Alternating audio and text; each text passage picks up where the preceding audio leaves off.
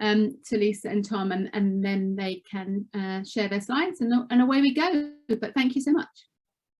Thank you very much, Sue, and thank you everyone for having us here today. So I'm Lisa Parfitt. I am the one of 3 co-founders of the new sports marketing agency, The Space Between. I am also on the board of Women in Football as well.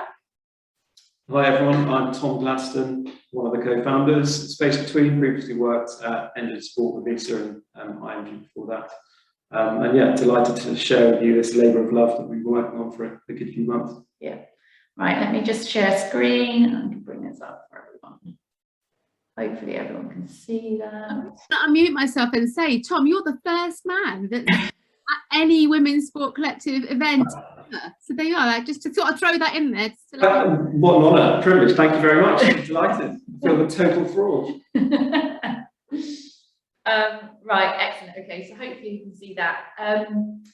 Actually, there's a few things, a few people I just want to thank before we get into this. The first one is actually Savanta, who have been our research partner on this piece of work, and they've been absolutely excellent and provided us with brilliant insight, and actually been working with them since then on other projects too. So thank you very much to Savanta for providing us with the data. And secondly, I also wanted to thank Getty Images as well, and I know Emma is on the call, I can see her, because Emma has very kindly provided us access to some brilliant imagery, some of which you'll see in this presentation. Much of the rest of it you will see in the full report when it comes out, and I know Emma has been absolutely leading the way at Getty in terms of ensuring a greater visibility of women across their photography. So thank you very much, we really appreciate it. So just getting into this a bit, we'll try not to overwhelm with data and stats, and we should take about 10 or 15 minutes to go through it. And as Sue said, do ask questions as you go in the chat, and then we will take this off share and we can have a chat about it. But a little bit of a background to this research. It was really born out of a bit of a frustration of the underrepresentation of women's sport in brand marketing. And that's not because we feel that brands have a responsibility. It isn't their responsibility to commercialise women's sport, but it's because we felt that there's so much potential value and it just wasn't being communicated in the right way, or the research doesn't exist to actually be able to demonstrate that to them. And actually, you know, quite often in relation to the conversation around commercial investment, there's obviously chat about the lack of scale, and that's a really important conversation, and one I know Women's Sport Trust with the visibility gap research really picked up on, and that's about the responsibility that various organisations have to demonstrate visibility. The challenge though, perhaps with that narrative in particular to brands, is that it infers there is no scale, and therefore if there's no scale there's no value. And I think we all know that traditionally sponsorship is sold on the big numbers and the dream and the branding and the awareness driving stuff. And we just didn't believe that to be true. We didn't believe that without scale there wasn't value, and we know that from the work that we've been doing with other brands like Vitality and working with the likes of the 100. So we felt that it just wasn't understood enough. And we felt that if we started to understand the behaviours and the attitudes of the women's sports fans, then we would actually start to be able to unlock what that value is beyond scale. So that's what we took on, that's what we've taken on with Savanta. What we did is we've done a direct comparison between fans of men's sport and fans of women's sport. Now, initially, just as background, we had to define these two different cohorts, and what we needed to do was therefore we looked at men's sports fans are fans that only watch men's sports. They don't watch any women's sports fans. Because we know there's quite a crossover there, women's sports fans are defined as those people who watch 3 or more women's sports. So pretty avid. It's not like they love rugby, so they watch men's rugby and women's rugby. They will go beyond that and they will follow a number. So that was how we were able to define the two. And as we've seen from numerous studies before in women's sport, we know that men and women make up a pretty equal representation of those sports fan groups, and you'll see that here. So in the men's sports fans, it's 48% male, 52% female. Actually, the women's sports fans, 41% male, 59% female. So actually, it's really important, and that's for the kind of uneducated in this, and that's not this group of people, but to remember all the way through that when we're referring to men's sport fans and women's sport fans, we're not talking about men versus women, and that's really, really important. So that's basically, that's the background to it. And as we go through the charts, we'll show you, we'll provide you with a direct comparison in the behaviours and attitudes between these two cohorts. So I'm just going to do one little bit of background, a background piece of research that we started off with, and then Tom's going to take you into some of the really good stats and data.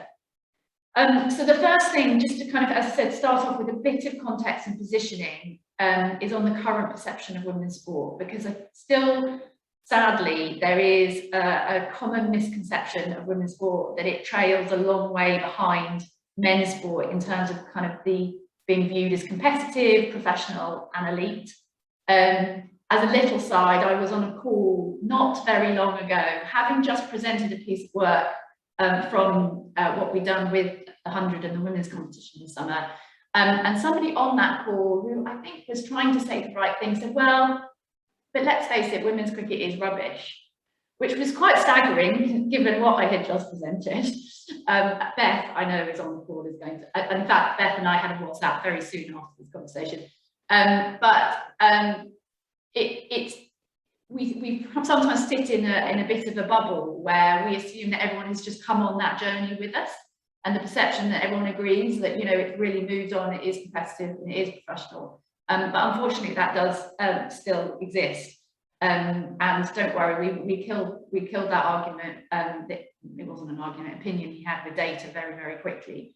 But one thing that we just wanted to make sure that we kind of landed with this and actually sense checked is actually the research shows that there is very, very little difference between the metrics between men and women's sport. It's really not significant when you look at competitive, professional, elite. Although actually where there is an interesting gap, and again, I think we know this, is when it comes to kind of the metrics around welcoming and inclusive and inspiring. That's where women's sport does slightly over-index. But I think the important thing for this in terms of the sell to brands is, you know, if you're looking to choose women's sport over men's sport, you're not going to be looking at losing any of those kind of core qualities rooted in sporting performance, and it really isn't an inferior you know, product.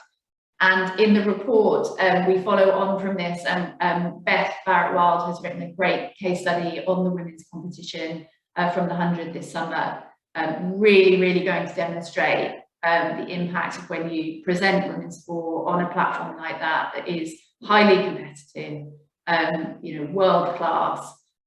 You know, the results can speak for themselves, but I think the one for me is the amount of tickets that were sold whilst people were watching that first opening game at the Oval to the rest of the competition. Women's cricket was selling cricket as a whole. So that was kind of, and there's some other really interesting stats that really back up a lot of the insight report we've seen, but this is one of the, a really important one from a brand perspective when we're referring and we're talking to them about women's sport.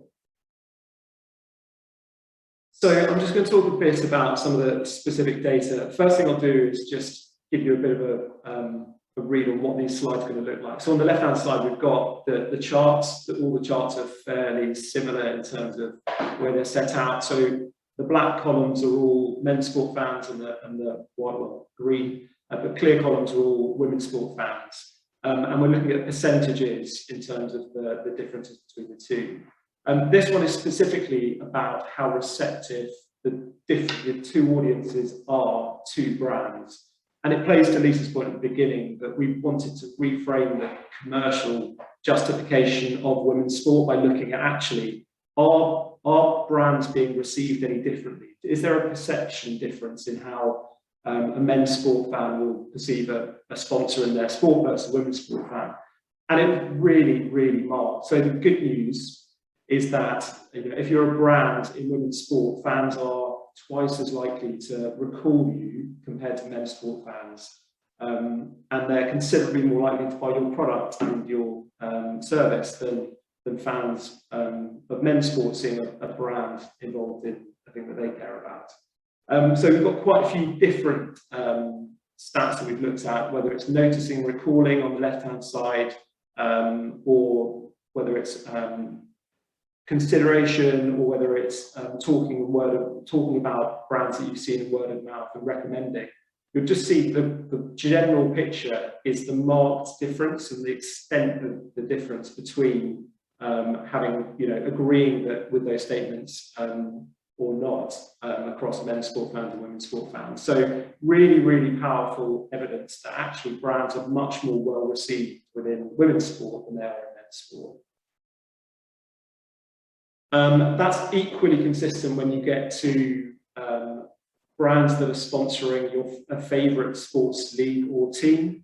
So when we ask women's sport fans how do they feel about brands involved in the sports they really care about, you know, again, the difference is hugely marked in terms of whether they are more likely to think about the brand more positively, talk to family and friends about it more positively, purchase the brand and engage with the brand.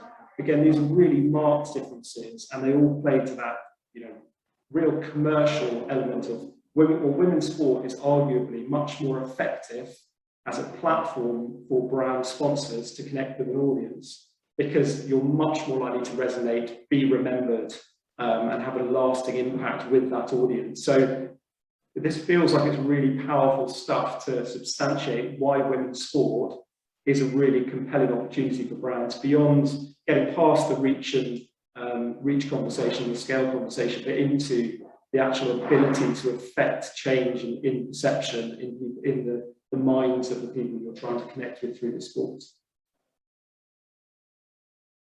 So we looked a bit deeper on, in terms of purpose. We had a bit of a hunch that we felt women's sport is naturally more of a purposeful platform. It's, you know, typically it has that sense of, you know, gender equality that just inherently makes it feel more purposeful.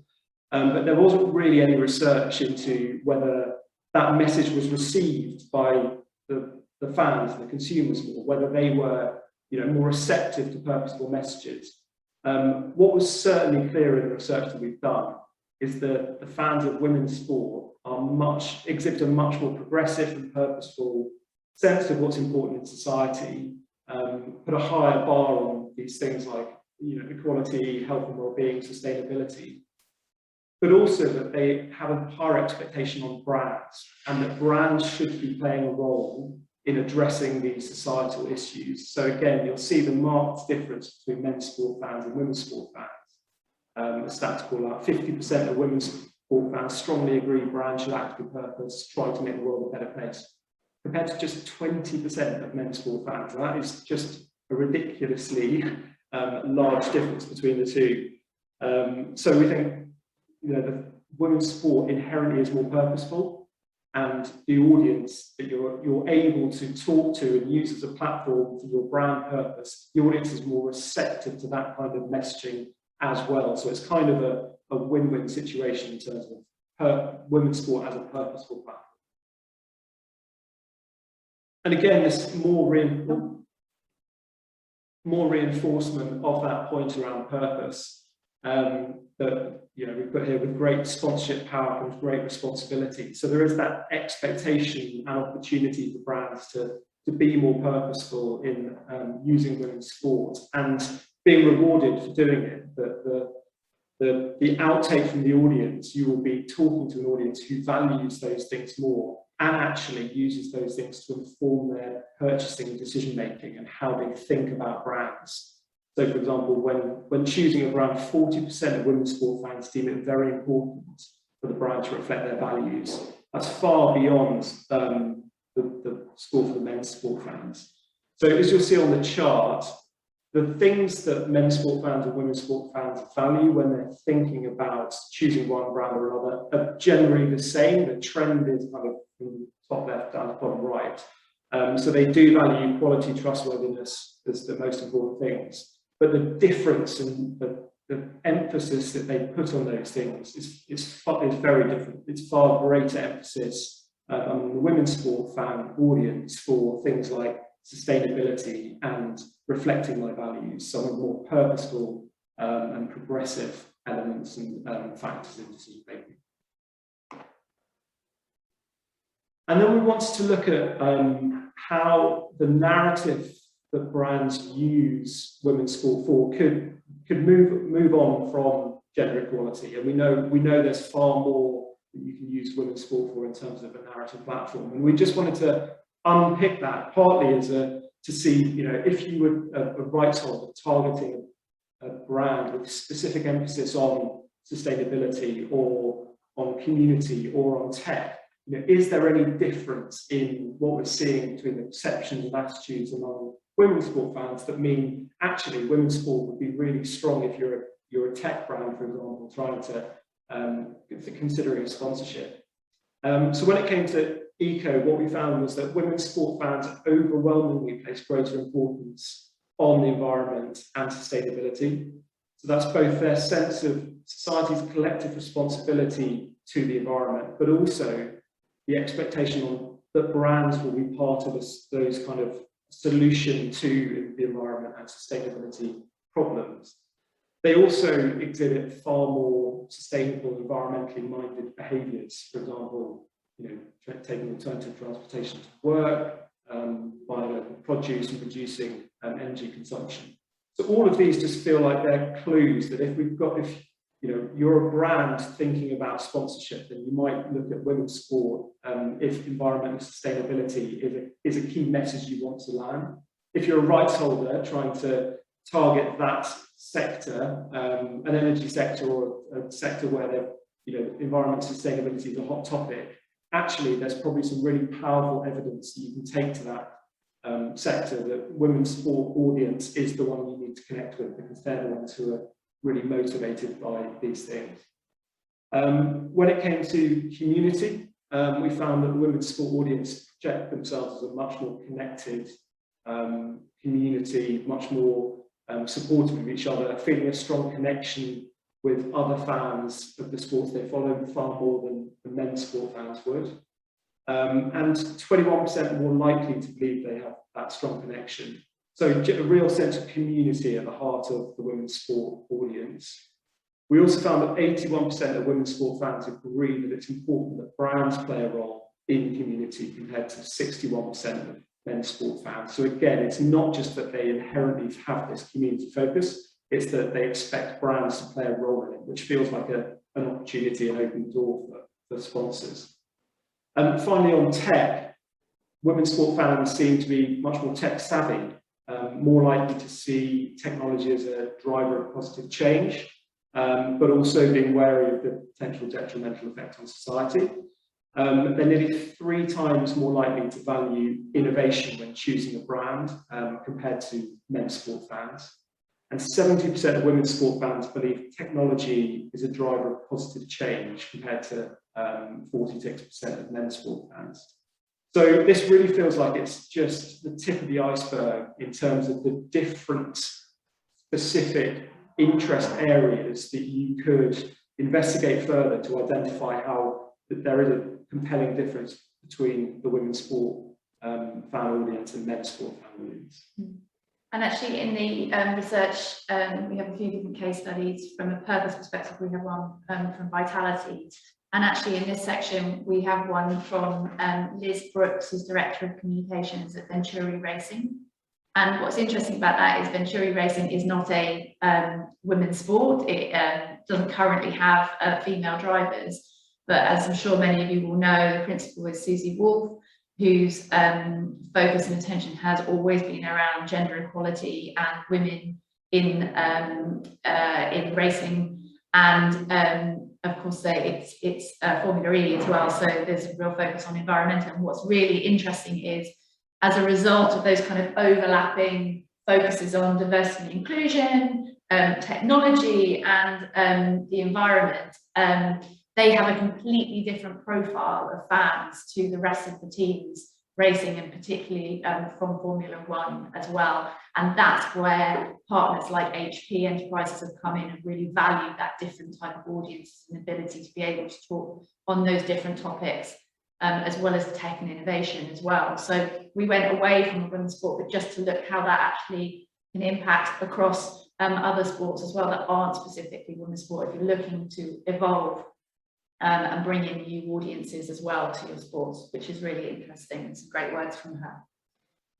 So just to wrap up, really, there are, the three takeouts for us is the brand engagement between women's sports fans and the brand sponsors is really, really marked and significantly higher than from fans of men's sports. They're much more likely to recall, much more likely to buy the products of those brand sponsors, and even more so when it's within their favourite sport.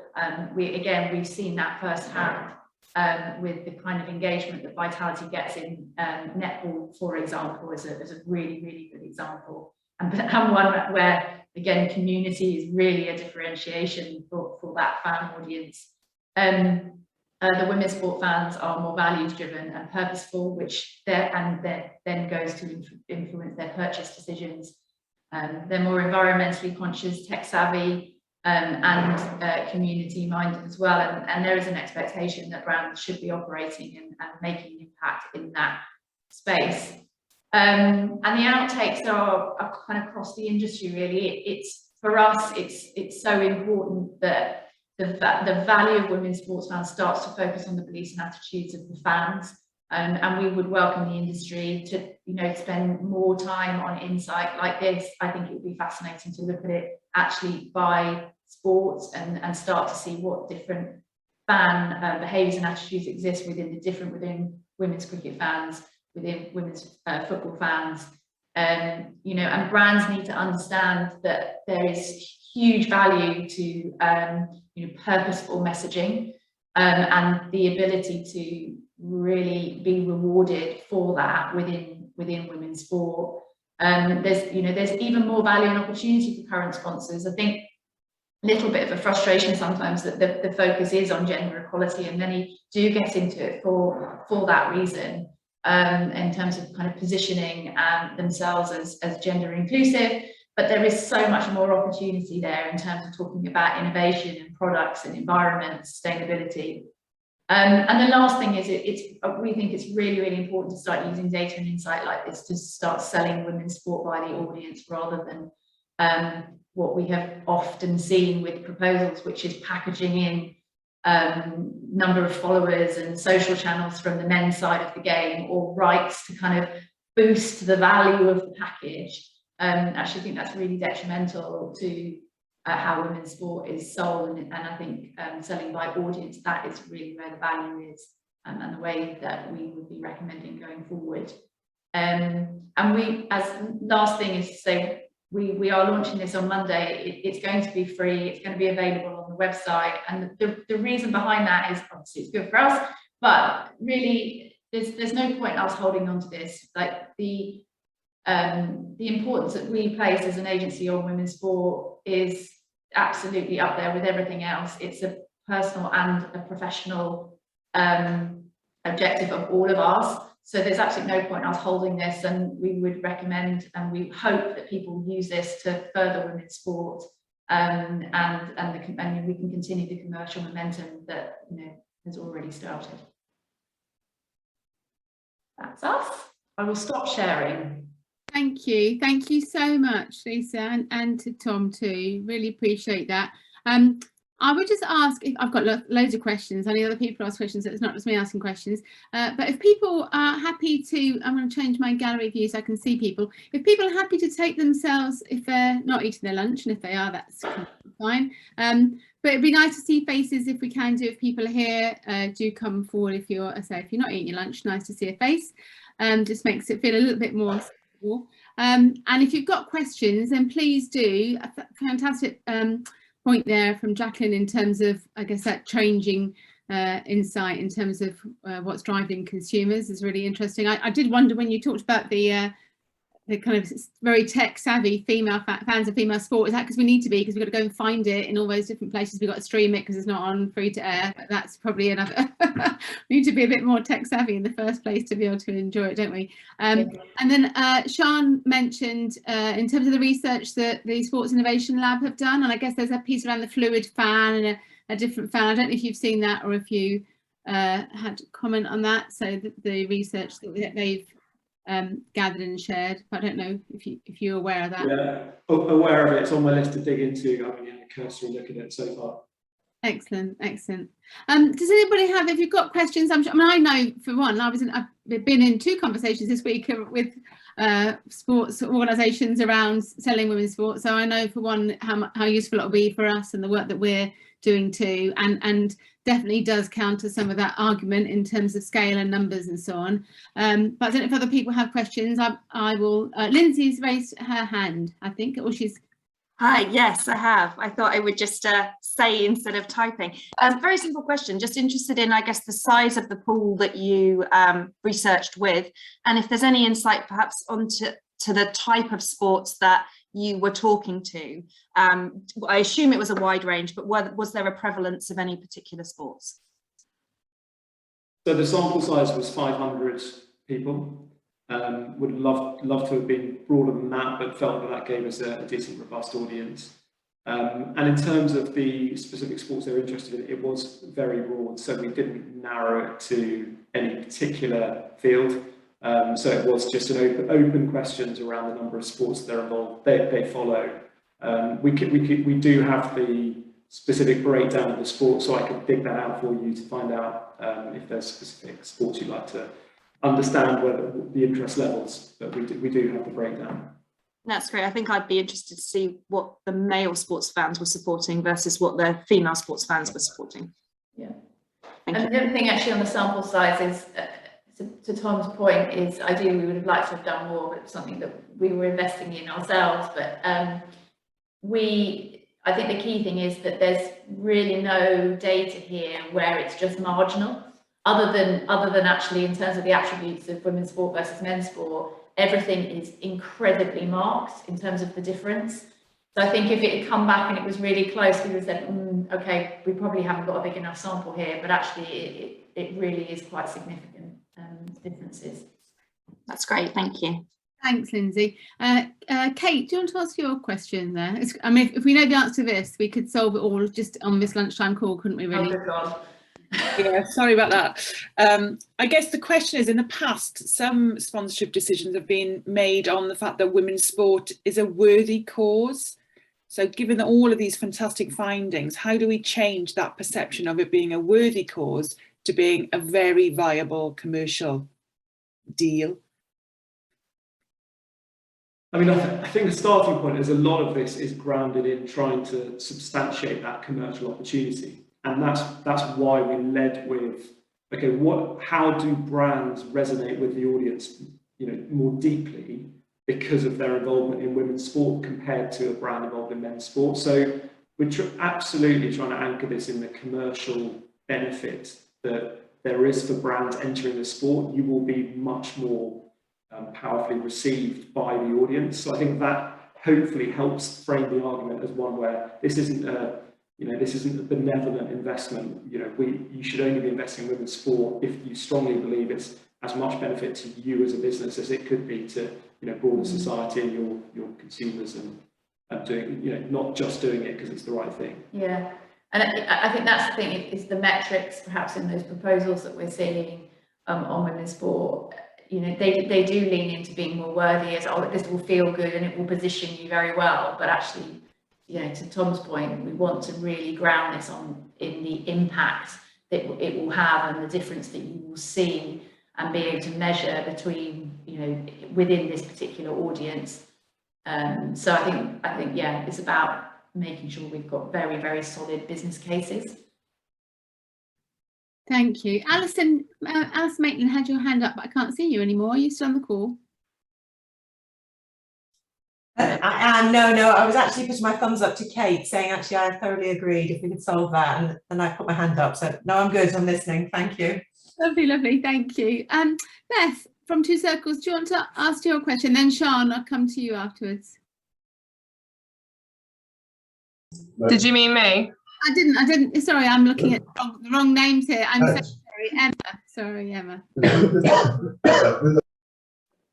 I think Emma's on a train, so she's written her. Perhaps I'm doing rubbish moderation today, aren't I? Beth, would you like to ask your question? Then we come to Sean, and I'll read Emma's question so I can ask that one. So Beth. That's all right, Sue. It happens. You're on so many. I'm luckily, Lisa and Tom, doing a PhD on sports sponsorship and looking at brands. So the thing that I'm looking at is intangible versus tangible side. And there does seem to be an educational point that do women's sport brands know the strength of their intangible, and especially what you've just displayed there. It does there need to be more on the rights holders as well, understanding how strong their rights are, not just the brands that are looking to exploit their brands themselves. Yeah, I mean, I think some more than others. I think you know, there's been a significant shift and change, and I think, you know, likes of football, certainly cricket now, rugby, I think probably do. I think, but again, this piece of research is really designed so that rights holders start to think audience first and start to actually recognise, I guess, you know, to your point, that beyond branding and beyond social posts and beyond, you know, the great stories of the female athletes, which are brilliant, by the way, but, you know, that's a very difficult sell to a brand who's not done sponsorship before or doesn't understand, you know, is to actually really start thinking about the value of the audience. And actually, you know, what we're finding is more and more rights holders starting to brief on how do we grow our audiences, how do we grow new audiences, and obviously that in turn being able to monetize that audience through sponsorship is going to be vital. Yeah, I think it's a really good question. I think it's a problem across the industry as a whole in terms of defining the intangible value. And I know Turnstile have done loads of work on how you define that, and their intangible value seems very much predicated on, and the IP value of a partnership seems predicated on the size of the audience.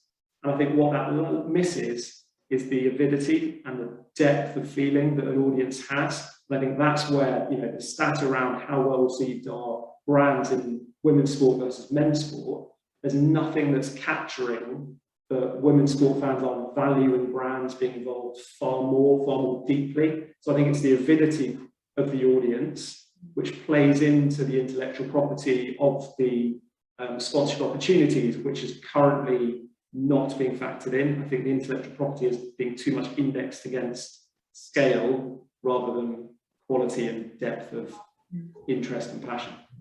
Yeah, thanks, Tom. That's I think anyone on this call probably will agree with that. When I've worked, it's definitely not just a women's sport thing, it is an overall sports thing. There's still the novelty and the egotistical side of wanting to be associated with some of the big brands, and especially the big rights holders in either football or rugby. So yeah, it's interesting to see that mind shift is starting to happen. Thanks for answering. Thank you. Thank you. I'm going to thank you for that question. I'm going to go to Sean, if that's okay. Thanks, Sue. Just to say, first of all, I thought the findings were amazing, and I'm kind of new to the industry, so it's very exciting to see these changes. And I guess my question is how to actually affect the change and whose eyes need to be on the report, because I'm kind of looking at it from the sports marketing side of things. Is it the sports marketing consultancies that are setting up these sponsorship packages for the rights holders that need to be seeing this report, as well as rights holders?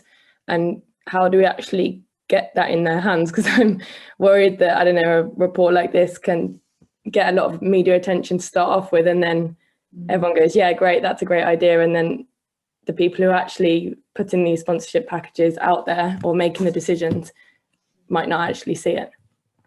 Yeah, it's a good point. I mean, that is why we are making it freely available, because there's absolutely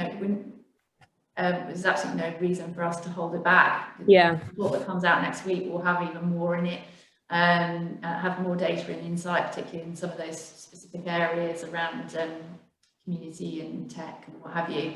So I think that's important.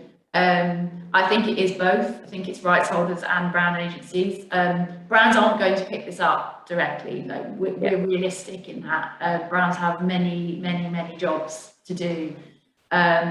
We hope we're doing a huge piece of prospecting around this to try and get this in brands' hands, and actually that's one of the reasons why we also focused on environment and sustainability. We have some data on women's sport fans are more likely to value provenance, for example. So a story and a message about provenance.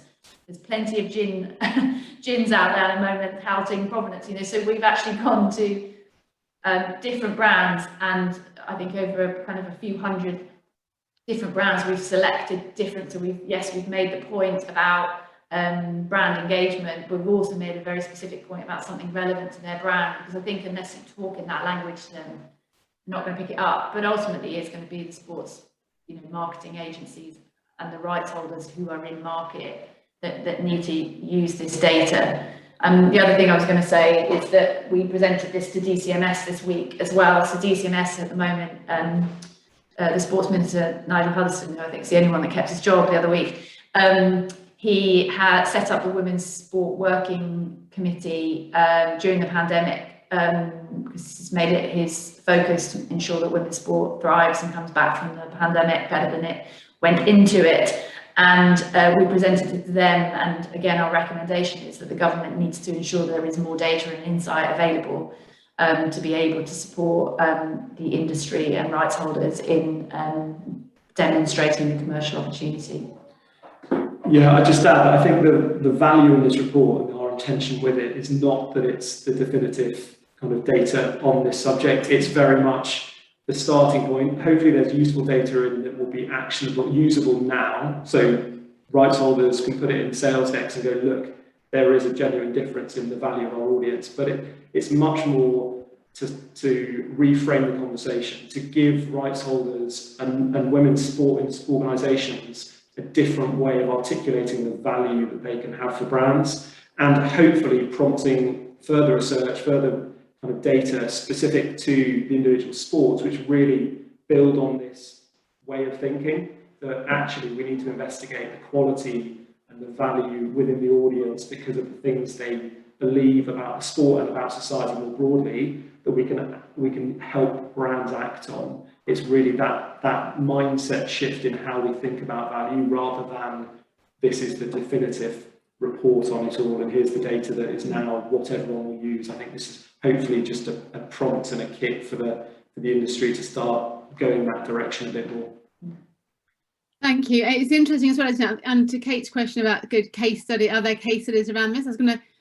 I was with Lewis FC this week and talking about their sponsorship with Lyle & Scott, the clothing company, and actually they were talking about how much was sold. And I know, because I wasn't even involved with Lewis at the time, and I bought loads of stuff last December and shared that I bought all the stuff because I love that Lyle & Scott was supporting Lewis. And so Lyle & Scott had reported the amazing uplift they had and how much people talked about that. They were buying stuff because they were a sponsor of Lewis FC. So it's almost about whether we can, I think I might have frozen it there, whether we can gather more of that content. But I guess to Kate's question, are people happy to share those case studies? Have you found that with other brands, or is there an opportunity to bring some of that together to demonstrate to new brands that opportunity?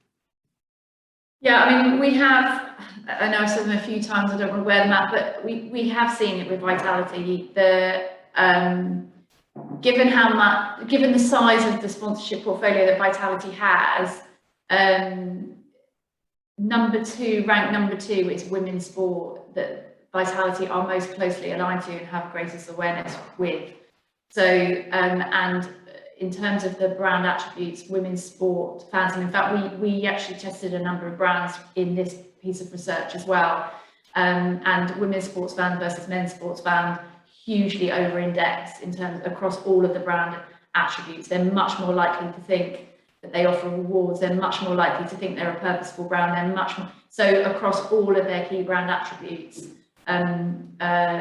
They're doing far better with women's sport fans than they are men's sports fans. So we've got an opportunity. We've had an opportunity to look at that in particular. It's really difficult because actually brands we need to see more case studies, and I think there are some good ones. I know Barclays have a very good case study in terms of around the WSL. both internal and external, the value to the brand. I think it probably goes to a point that, or a question that someone made around kind of the measurement of sponsorship, which is that's a whole nother hour session. But ultimately, I don't think there is a difference. We just need to be able to measure. You need to see what is it that the business is trying to do, what is the valuable thing that they're going to get, and measure that. And that's why you're going to get lots of different case studies all over the place. You know, for Barclays, internal and external. Internal wasn't as important as it was external perception. So yeah, I mean, I don't think a huge difference. Yeah, I'd add a whole other lens to kind of your nurse example. So, you know, what we haven't interrogated is why is there such a big difference in how the women's sport audience feels about brands in their sport?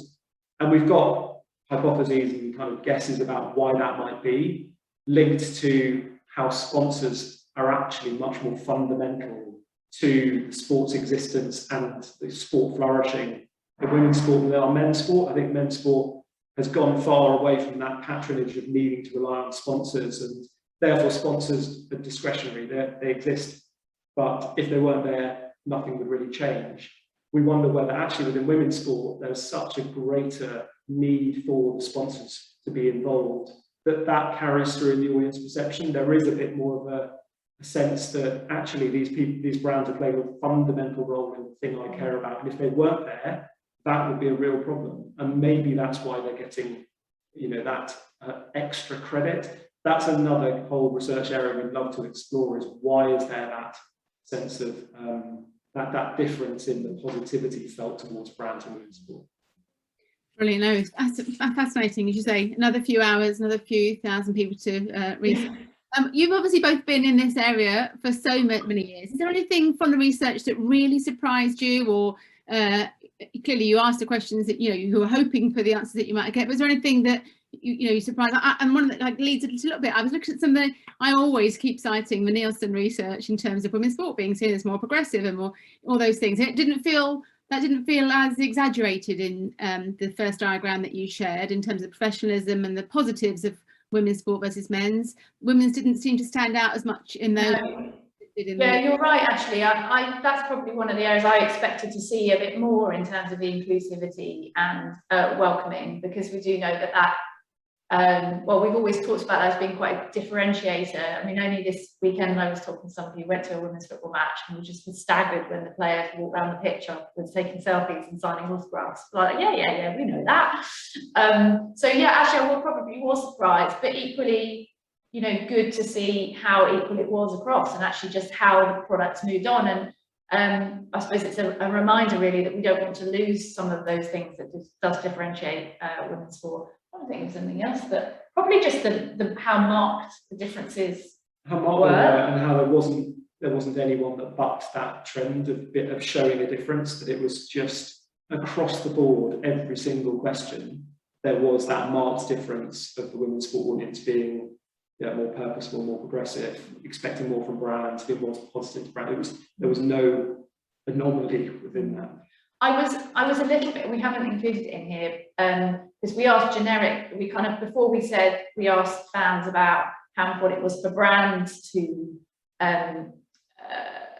make an impact on societal issues. We just asked how important some of the societal issues were.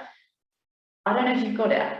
The difference between men's sports fans and women's sports fans on gender equality is staggering.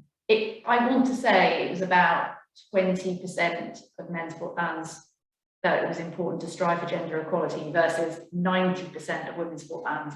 And I suppose that just is it's just a stark reminder really of what we are still dealing with, that there is a very large portion of the population that just doesn't see gender equality as something that's important. Yeah, well, not quite 90, but in terms of it's important we strive for gender equal society, 26% of men's sport fans strongly agree, 54% of women's sport fans strongly agree.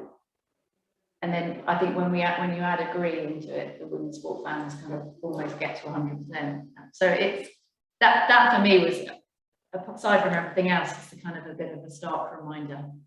It's interesting as well, isn't it? It's the whole causal. So we can get more men to come and watch women's sport, will their attitudes change? Because those fans of women's sport aren't just women, they're men who agree gender equality is important. So yeah, and it's, yeah, exactly. It's not just men. That is a very pretty equally split cohort. So what more will we get when it's released next week? I guess a couple more questions from me, and do ask if you've got any other questions. Please use this last 8 minutes to ask questions. But what more will we see next week with the research? And then when we're sharing it, because I know that I'll probably be showing it at Leaders on Stage on Wednesday, I imagine. But how would you like us to be referring to? You know, is it the space between research? What is it that you're looking for people using it, so we can drop it in as we do at the moment with Nielsen or the Women's Sport Trust? No, well, yeah, please do reference it as the space between research, and if you want to make a nod to the fact it's on our website, that would be even better. I'm trying to think in terms of what more. There's more depth to more depth to the stats and more of the commentary and analysis around it, pulling out a lot more of the detail. And clearly behind the report that we published, there sits the raw research, and again, we'd love to be a resource for anyone who wants to interrogate further, that we've got this wealth of data that we've interpreted into a certain extent, but there's much more that could be done with it. So yeah, if there are questions that people want to probe off the back of our report, then we'd love to have that conversation too. I think in terms of the broad message that we want to push out there, it's that there is another way that rights holders can think about substantiating the value of women's sport, and there's another way that brands can achieve benefits out of women's sport and think about their investments in women's sport, and it's based on understanding the attitudes and behaviours of the audience and how it differs, and what the uniqueness is around the women's sport audience attitudes and behaviours. I think that's what feels like it's undermined, underrepresented in the narrative, which is, propounding the benefits of being involved at the moment.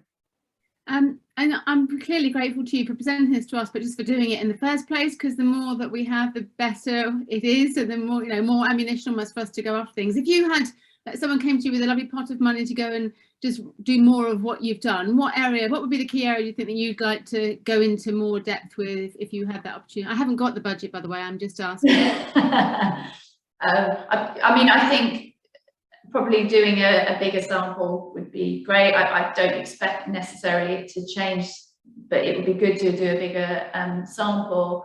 I think it would be really great to start to dig into different sports, so the different men's fans versus women's fans that you get into different sports, and see whether there's any differences there across the sports, because that starts to tell you a little bit more about, starts to actually help you from a brand perspective to make decisions based on the data.